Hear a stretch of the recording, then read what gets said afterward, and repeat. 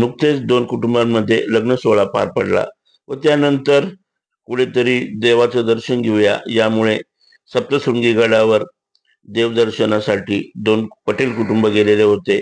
सप्तशृंगी गडावरून दर्शन घेऊन पिंपळगाव बसवंतकडे निघालेल्या नातेसंबंधातील 6 जणांचा रविवारी संध्याकाळी 5-5:30च्या दरम्यान अपघातामध्ये 6 जणांचा मृत्यू झाला. नांदुरी घाट रस्त्यावर पिकअप पॉइंटच्या पुढील धोकादायक वळणावर इनोव्हा कार MH15 BS 0555 चालकाचे नियंत्रण सुटल्याने ती 600 फूट खोल दरीत कोसळून हा भीषण अपघात झाला. पिंपळगाव येथील स्टील व्यावसायिक कीर्ती पटेल 50, त्यांची पत्नी रसिला पटेल 50 यांच्यासह विठ्ठल पटेल 65, लता पटेल 60, पचन पटेल 60, मणिबेन पटेल 60 यांचा घटनास्थळावर जागीच मृत्यू झाला. अपघात घडला या ठिकाणी नेटवर्क नसल्याने मोठी अडचण निर्माण झाली होती.